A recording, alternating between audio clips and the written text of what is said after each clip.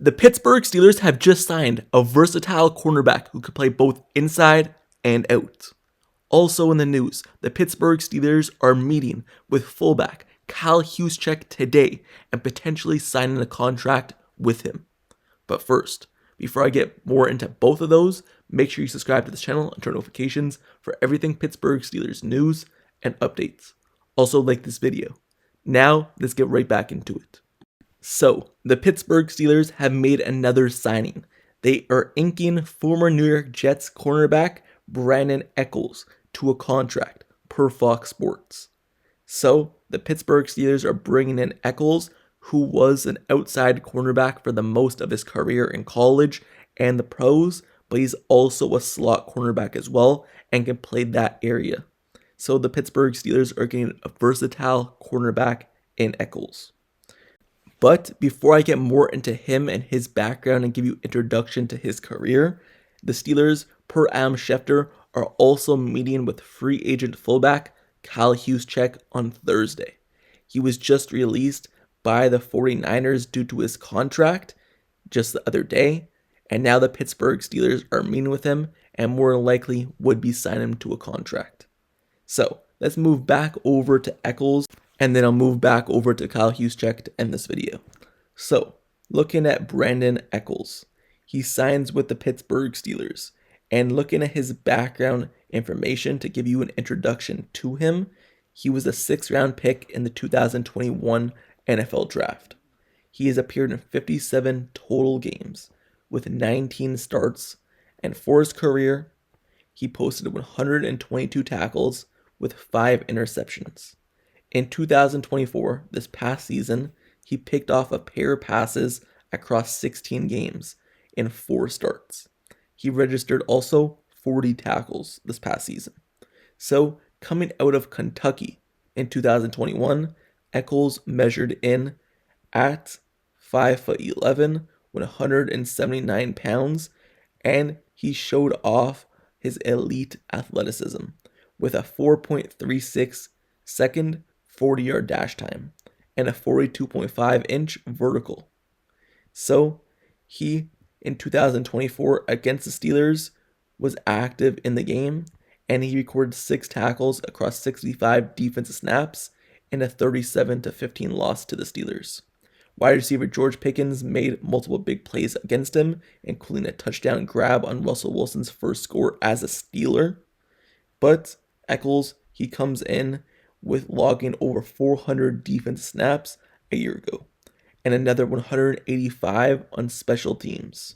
He's logged an extensive special team snaps over his career, including more than 200 in each of the 2022 and 2023 season. And per Pro Football Focus, PFF, Echols primarily played as an outside corner in 2024, logging 351 snaps there, along with 9 in the slot.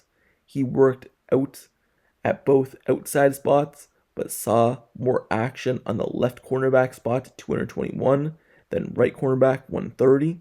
However, Echols logged 112 slot snaps in 2023. So even though he didn't play a lot of slot in 2024, in 2023, he did play a lot of slot, and only playing a little bit at outside. So he has played a lot at the nickel, and he's also played a lot on the outside through his career.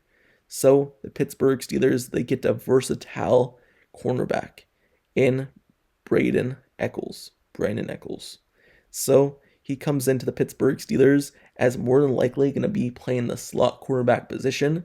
Right now, they really only have Beanie Bishop there. They let go of Cameron Sutton. He's in free agency. He's probably going to sign with a different team that didn't work out too well. So the Pittsburgh Steelers are going to need a starting or even backup slot position, and he comes in as a player who could do that, but also a player who could give them depth at the outside cornerback spots, and also a player who could give them a replacement for James Pierre in terms of the gunner role on special teams and just play special teams. So he's a player who could be versatile in every single position the Pittsburgh Steelers need him to play, and that's part of the reason why he signed. That's the reason why Malik Harrison signed as well at the inside linebacker spot, to be the Elena Roberts replacement, but also to be the Tyler Medkevich replacement of special teams as well. So he's a person who could play versatile positions, and this is what Echols could do as well. Be versatile, play special teams, and replace other players who are on the Steelers in only one roster spot. So he was notable in Tennessee Titans game in 2024. If you want to go watch his highlights there, I'll make a video with his highlights and kind of analysis and welcome to the Pittsburgh Steelers. But he was notable in that game and had a wild interception.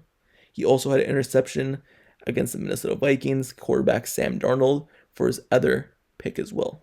So if you want to go watch those are the two games where he really stood out. Anyway, the Pittsburgh Steelers fill a hole at a cornerback spot. They already signed Darius Slay to a contract that was official yesterday. I'll break it down for you because I really didn't cover it, the official details. I covered the signing and the highlights, but it was a 1-year, $10 million fully guaranteed contract. So they signed him, and Echols is signed as well. So they're filling their holes at the cornerback spot. Now, that was his introduction to his team, and your introduction to him as well. So let me know your thoughts down in the comments below on this signing of Echols. Do you like it? Do you not like it? And do you think there should have been another cornerback signing that's coming along soon? And do you think they should draft a player as well at the cornerback position? But let me know your thoughts about this signing of Echols to the Pittsburgh Steelers. Also, now let's move over to the second topic of this video. I already touched on it earlier, but the Steelers are meeting with fullback Kyle Juszczyk today. What does that mean? Well, Kyle Juszczyk, he's an all-pro fullback, and he was released by the San Francisco 49ers just a few days ago. Throughout his career, he started off in Baltimore with the Ravens.